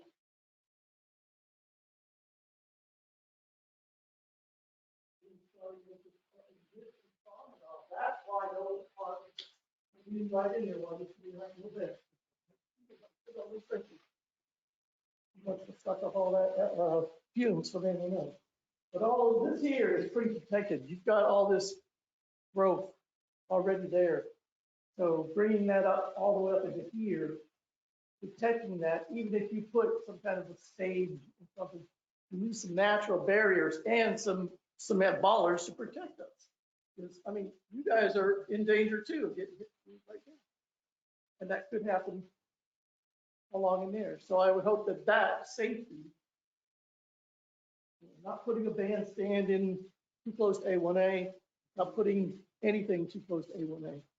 Parking still good if you're blocking off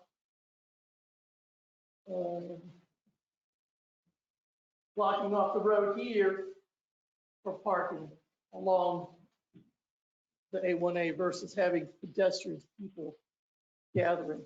Those are very good comments. So vehicular encroachment from A1A. You've got this safety first is a dangerous area for groups of people to gather. It's located at a hazardous portion of State Road A1A. And road closure was your next one, which you covered in landscaping. Yep. But I do see now this parking lot that tore down the building, that is being used. So we do need parking.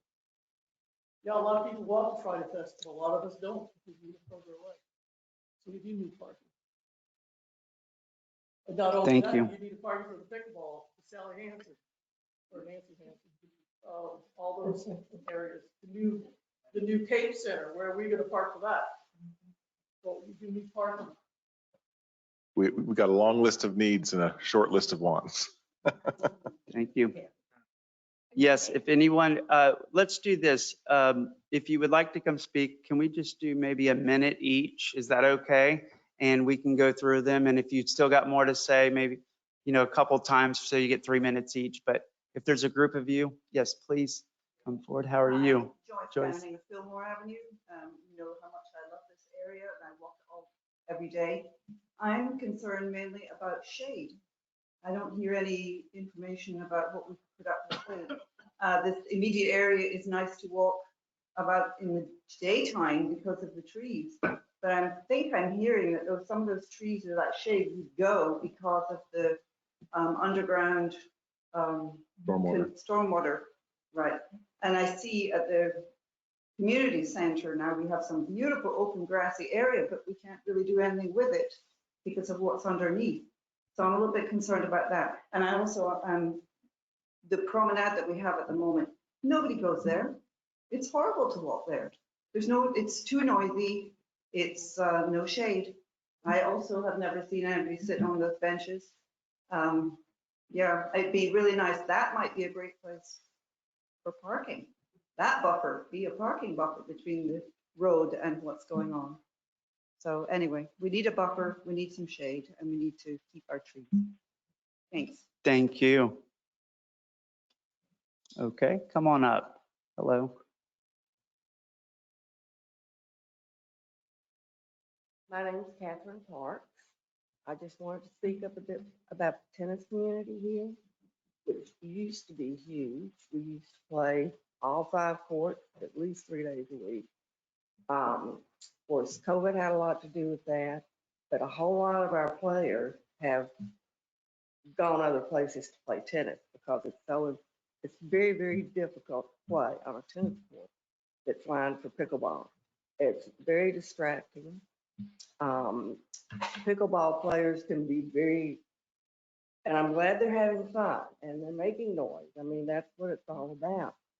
But if you're playing a tennis match, and I do have a tennis team that plays out of Cape Canaveral, it's just too much. I mean, they'll talk to us. They've had dogs fighting on the pickleball courts, and tennis is a whole lot more quieter than that. I've also gotten complaints from other captains in the league, and this is a countywide league, about the pickleballers back there when we play our matches. And the last couple of matches, I guess, the pickleball people have not been coming until after our match. We have probably 2 home matches a month for 2 hours, and it's been really nice not to have them back there. It makes our environment a lot nicer. I'm hoping we can separate them somehow and make everybody happy. Thank you. Okay, anybody else, please come on up. Yes, no permission, just if y'all want to, if you feel comfortable in line, as soon as they're wrapping up, come on up. Thank you. Hello there, I'm Scott Watson. I do live here in Cape Canaveral. One thing that I don't know whether it's a possibility, but it might be something that be thrown out is that could the pickleball community, so you mentioned 12 courts, 12 dedicated courts somewhere. It might be better to move it to Manatee if we could build a separate facility, and then tennis could have a separate facility. My thought is that the H space would accommodate so many other things if you didn't have pickleball and tennis there. Just a thought I had. Maybe we could put it somewhere else.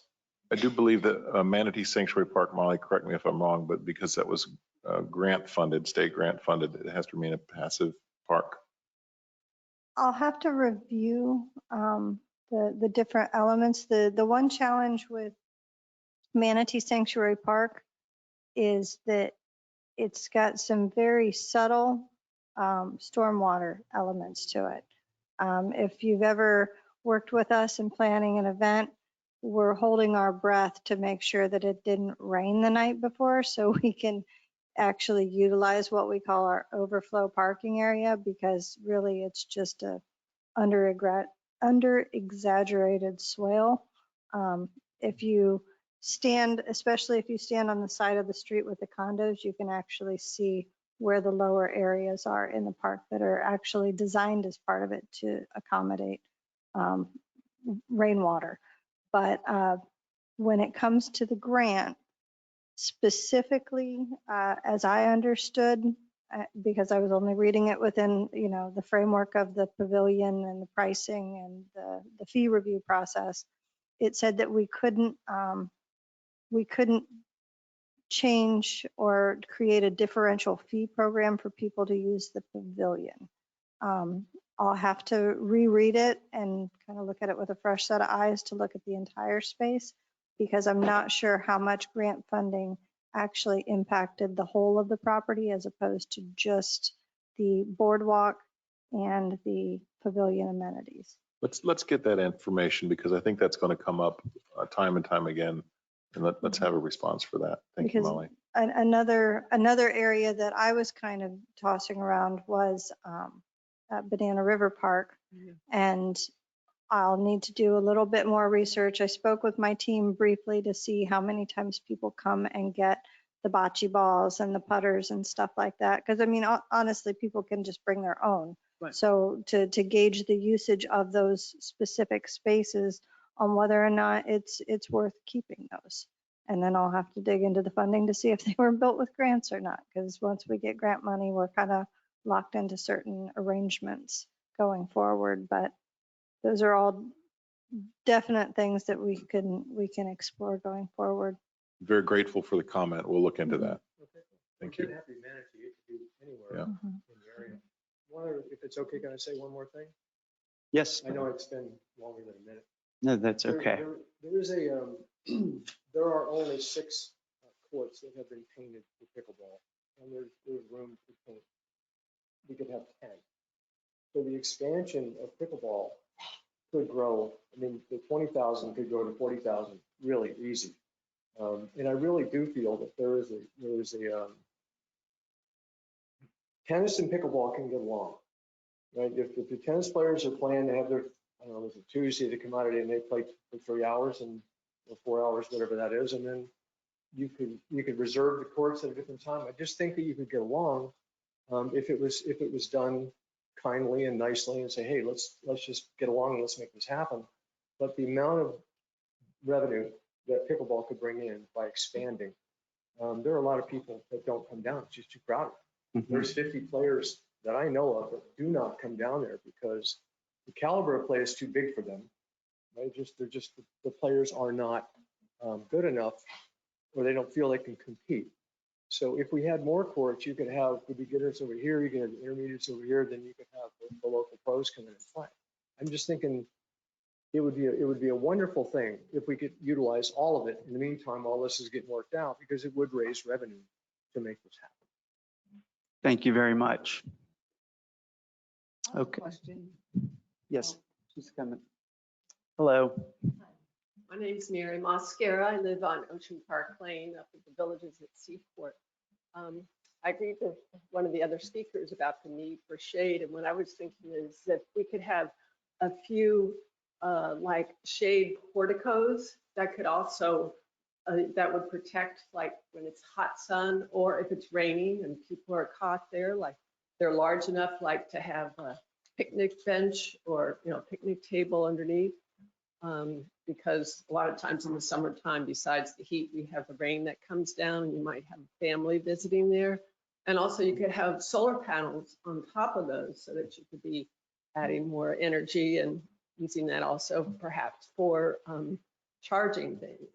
And I was thinking also other things that are small and can be used out there. It seems like we could always use another basketball net because they had to be moved to the police department. But overall, I know we're hearing a lot of really great things, which sound wonderful. And I don't know whether they'll all fit in there or if we can afford it all. But definitely, we should look at what our kind of mission statement is, that we are as a city, that we're about sustainability and a walkable and a bicycle city.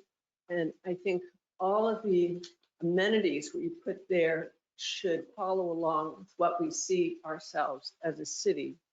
So we may not be able to fit all of it, but it should follow our mission statement about who we are, that mission statement that we worked on within the last couple of years of what we see ourselves as. And thank you. Thank you.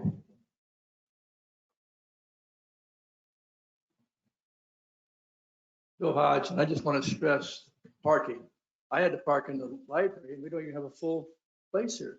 There's no parking. And so to me, parking is a major issue.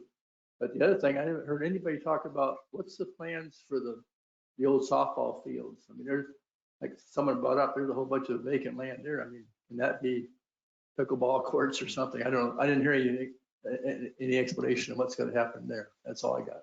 Thank you.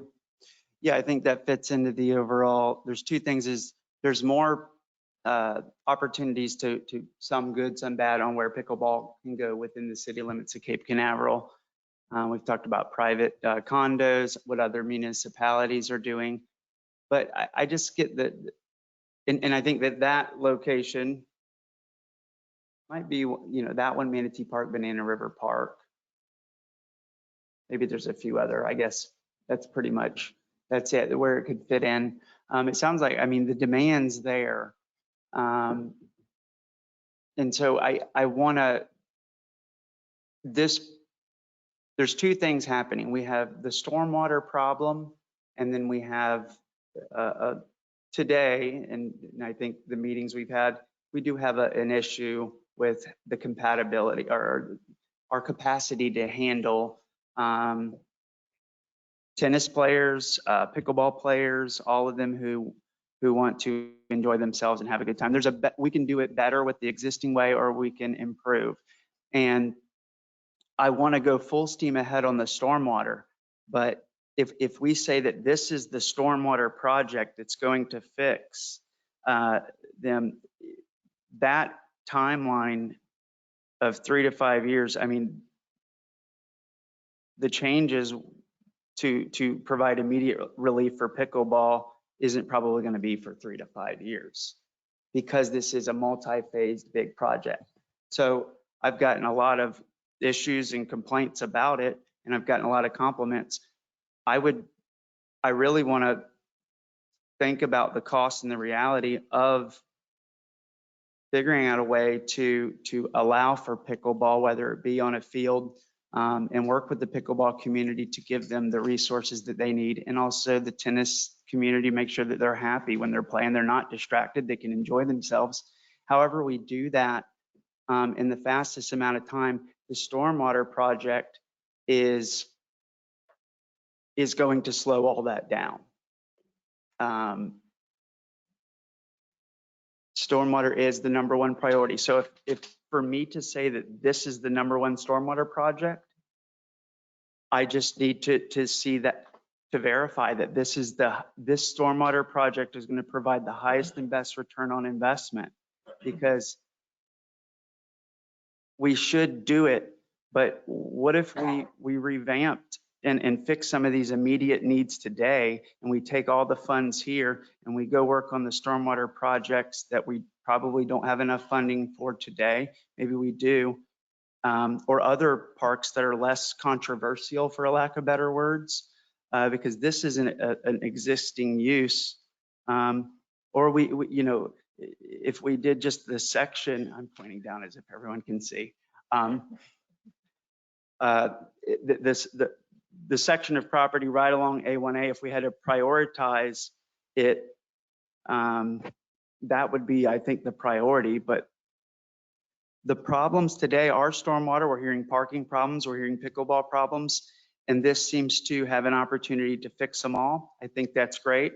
But honestly, the ones that the pickleball is a bigger problem here than stormwater is here. I could be wrong on that, but when I read the Mead and Hunt study, the only answer that I remember getting is this will help. If we do this, it will help. Well, I can't imagine any question on saying if you add stormwater vaults, it wouldn't help. Of course it will help, but is it the highest and best use of the limited amount of money and resources we have? Because if we say yes to this, 90,000 goes out, that's just conceptual. We're in 5 to 7 million. I don't know, projects get really expensive. And then we still have flooding. We still have pickleball problems. Right now, the parking lot actually works for parking. It's providing incredible relief for Friday Fest and some of the issues that we've heard today. And so my hope is that if I can see these other projects moving forward, and if this is the one that gets it done, I just haven't seen data that shows that this is the one that's going to fix the stormwater problem. And so I know It went from a promenade project, a half an acre parcel, to a stormwater project on a half an acre parcel, to a stormwater project on a 4.4 acre expansive multi-parcel with an unknown amount of money and maybe a 3 to 5 year back of the napkin timeline. So now when I look at the pickleball community and I say it'll be 3 to 5 years, I think we can figure out a way to do something in the short term. And I'm not saying the entire community, anyone who uses this facility, shuffleboard, I think can be shrunk. I think racquetball can be potentially revitalized and improved. I trust our city staff on capacity and how to best use the space. But do we have any idea on total metric gallons that this would provide in stormwater? Have we done any stormwater impacts studies or anything? We have 100 million gallons underneath the ball fields. If we have an idea of what this will impact, that'd be something maybe at the next meeting that would be really helpful as well. How many gallons of stormwater it's going to remove? And also how, Because this is north of where the acute problem is. Well, we can't know that until we know what the conceptual design is. Well, if you just covered it in stormwater vault, the whole thing, maxed it out, and you didn't regard, what would that be? We know that, I don't expect anyone to know that number tonight, but if we happen to know it, I think that's, if we don't know that, then how do we know the impact this will provide on stormwater? If we don't know that number, I just feel like that's the responsible number to know, that I can say it's going to remove 125 million gallons in a year or whatever that is. And then compare that to the pump, compare it to the retention pond, compare it to the storage vault on the property and the developer. And we might decide we do them all and we start this one right now. So please, this project was one of the most controversial land acquisitions I've ever seen. We spent way too much money, way too fast. It was a 2 to 7 year project. And I've tried my best this project was supposed to take 2 to 7 years. And we bought the property quickly because it was on the market and it's actually been a help. And so meanwhile, the flooding's still happening. I want to do the right thing. And if this project is the one to fix it, I just want to see that data to understand it. So thank you. Mayor, I believe this is a step-by-step process and this is a step-by-step project. And we already have hired Kimley-Horn and we have. I believe that. But subject to the agreement being approved at council meeting. That agreement means we hire them. But it looks like, we're just getting started on this and that we have to have, it's a step-by-step process. And I'm saying we're the just next going step. to have, we are not going to have all the answers immediately. We have to go through and study it and everything. And this research has to be done step by step before some of these questions can be answered. I'm ready to talk about those steps. Yep.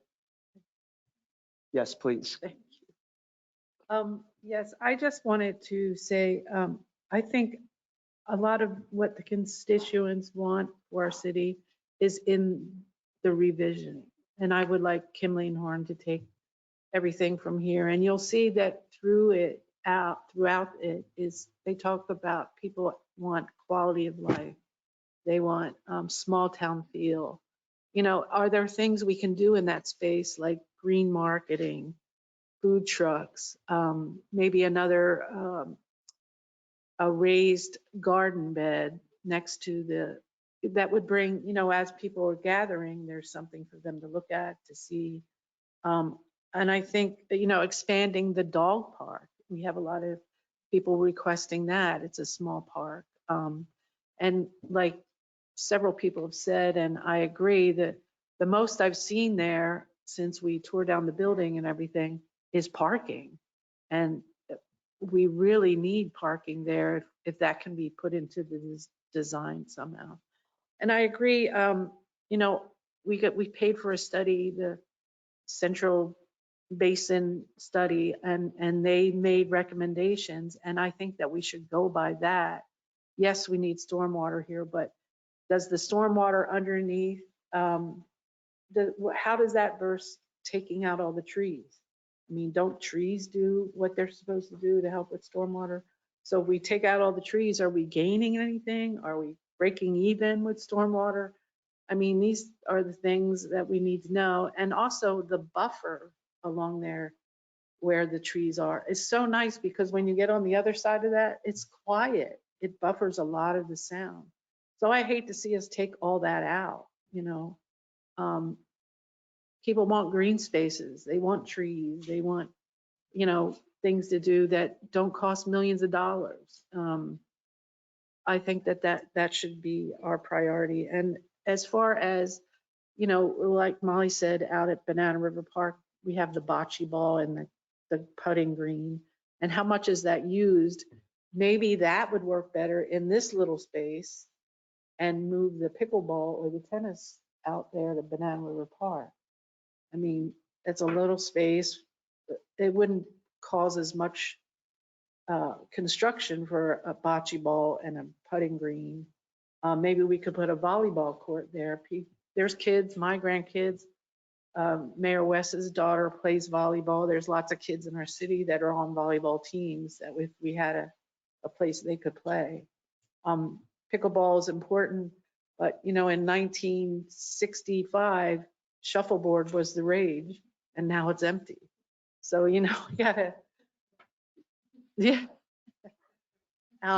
You know, I think we should keep some shuffleboard. We should keep some handball, racquetball. Maybe we could repurpose a couple of those things for storage or something, and keep that beautiful mural that is an icon in our city. I hate to see that go, you know. So that's just my thoughts, and thank you very much, Mayor. Yes, thank you. Council, any other statements, comments? Yeah, this council member plays golf.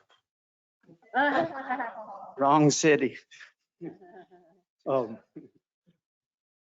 Not well, but Banana River Park has somewhat of a parking problem. So if you put pickleball out there, it could be problematic, because you have residential areas that whenever there's soccer games, they're parking in the residential area, breaking irrigation, that goes on. But you could easily put a couple of tennis courts out there, taking up the bocce ball and encroaching upon the putting green. But there is a large space. There's a large space out there. There's two concrete pads that serve no purpose, could easily go away, but the parking would be more amenable to tennis players, I think, than the numbers of pickleball that you see. So Out at Banana River Park. and a waterfront view. It'd be Yeah. pretty remarkable sunset as you're playing. Yeah. Yeah, but you'll get, I'll guarantee you'll get some complaints from residents blocking their view of the river. So, but it's city property. We utilize it the best way we can. So. Yes, Councilmember Davis. Okay, I'm all for trying to find a solution for pickleball and tennis and whatever we need. My concern is if we take it offsite, like say Manatee Park or your park, or say at where the old softball field is, what is that on the staff? How is it going to be manned? How are we going to get the money for it? Who, how much is it going to be on our staff, and how much is it going to cost to have that maintained? Or, are they going to have to come over here and pay, then go over to the other location? Or are we going to have someone there? I mean, how is that going to affect staff, and how is that going to affect getting the money? I mean, I'm open for any suggestion. That's just a concern of mine. I think that could be done easily with reservations. And I suggested that before, that if we do move the location, you would have to reserve the tennis court, pay for the tennis court ahead of time. And then, you would have a certain date that you would go. And I think it could be done where, we have the community center and Nancy Hansen, so that could be done by reservation. That's true. And I think the clay tennis courts don't require quite as much maintenance as asphalt, but I'm not 100% certain. I would like to do it. I would like to hear from Kiwi tennis courts where they have both asphalt or rock ledge. I'll have to do some research on that to see about the maintenance costs. Thank you. But, you know, our designated tennis court, all right, already has the fencing and everything for tennis. And some of the pickleball courts don't need that high fencing necessarily. Pickleball courts, you know, have a different type of design. Just want to bring that up. Thank you. Thank you. Okay. Well, I think we've heard, what was that? Yeah, I think we've heard some ideas, and I think the next step is to try and make a decision on whether or not, you know, how we want to move forward. I think we need to address the immediate needs today, even if it means taking just a step back. If there's a cost-effective way to reconfigure or make an investment to relieve and or provide improved access experience for those facility users, that would be good. The racquetball improvements of 60,000, I noticed that none of them were imperative. They were some of three of the, looks like there were 6 things. 4 of the 6 were routine, as they defined it, routine, and none of them were at the highest threat, and the other 2 were, hey, you need to fix this. So the routine, when you actually look at the cost, it looks to be about $30,000 if you just do today's, but that's normal maintenance that I think we should be doing every year. They just told us what I think our budget should be funding, and paying attention to these observations where fences are rusting, sidewalks are cracked, and making those improvements out of our fund every year. So if I was king and I had this problem, thank the Lord we don't live in a country where we have a king, but if I was, I would try to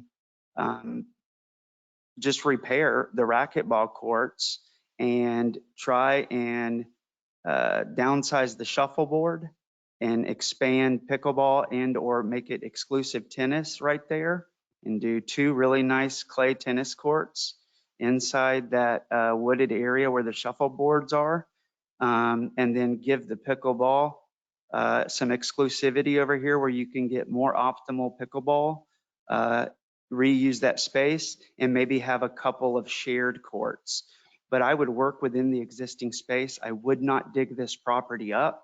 I would not touch one single tree, and I would use that property that we called the promenade to expand trees, expand shaded area, and also provide, just really keep that parking for today, and maybe you can reallocate it. But that would give the pickleball and the tennis players some immediate relief, put a facelift on some of these problems, and try to do it on a plan.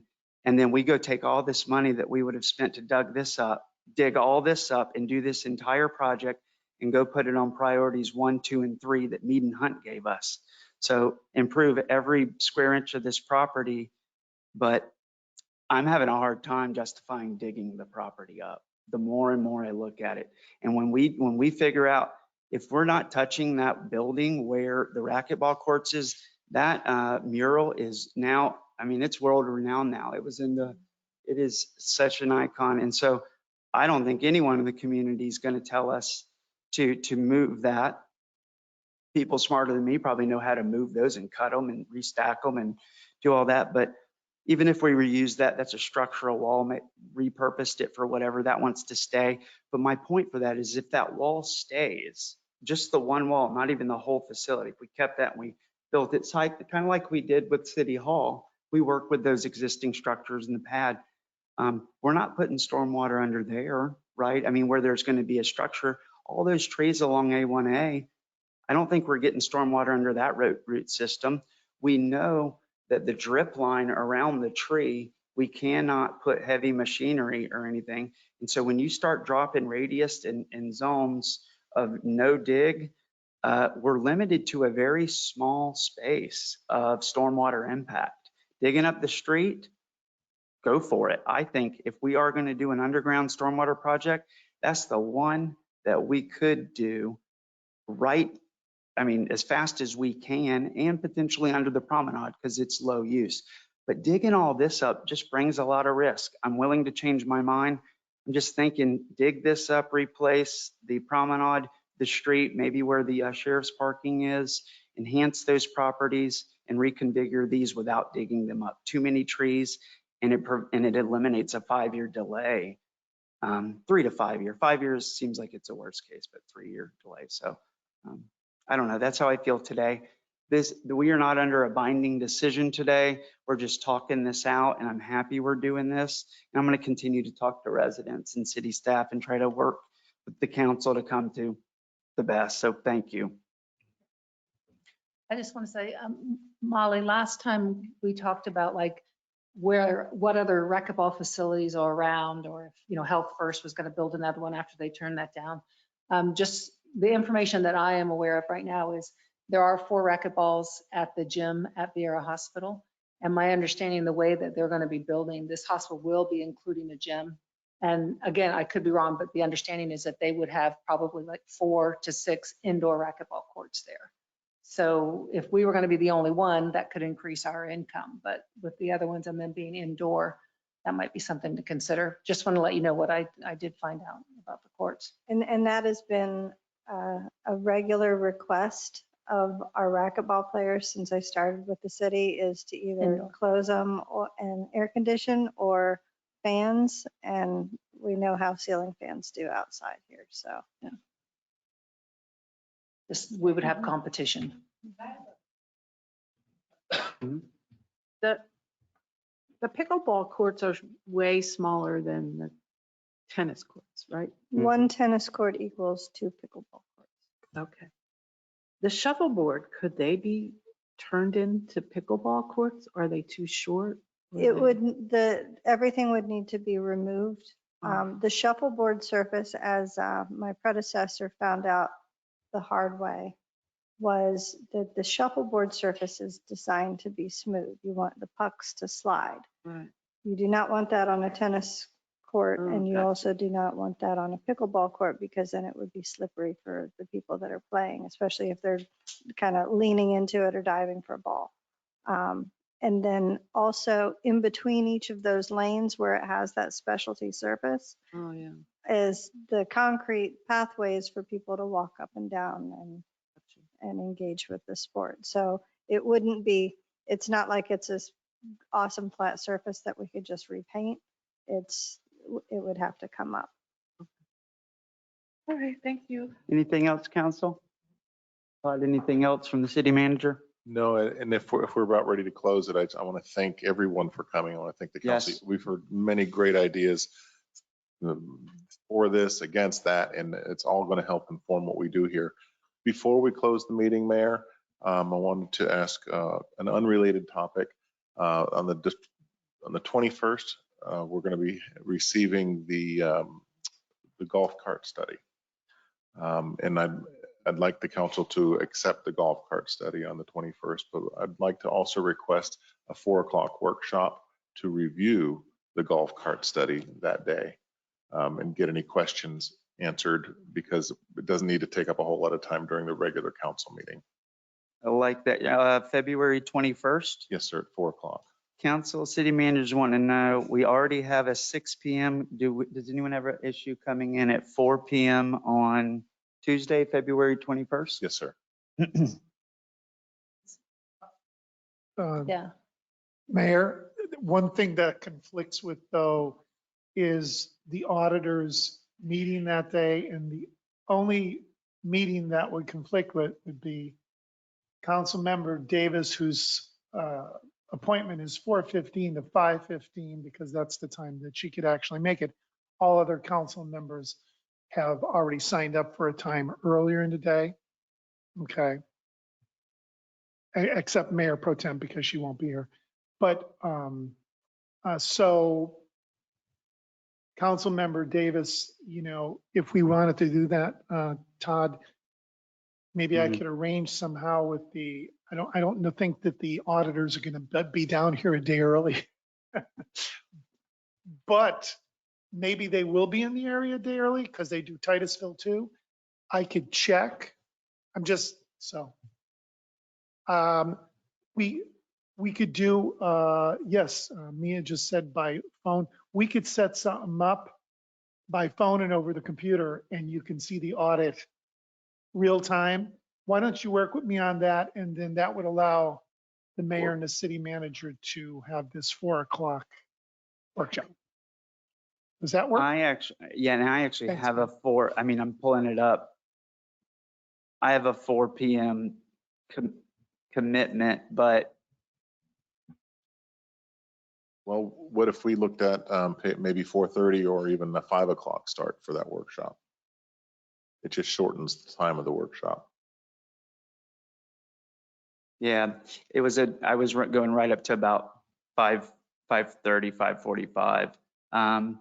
Whatever we need to do, 5 o'clock. You're not going to be here, Mayor Pro Tem. Does that sound okay? I mean, 5 o'clock workshop works for us. is that all right? 5 o'clock? And I could accommodate Councilmember Davis. I will work with you and, Okay, We'll figure it out. great. All right. Thank you, Mayor. That's the clarification. You I got needed. consensus there? Yes, sir. Okay. All right, if there's not any other reports or final things, council, with your permission, I'll go ahead and adjourn. Good. All right, meeting adjourned. Thank you. Good job. All right. Are you leaving the country?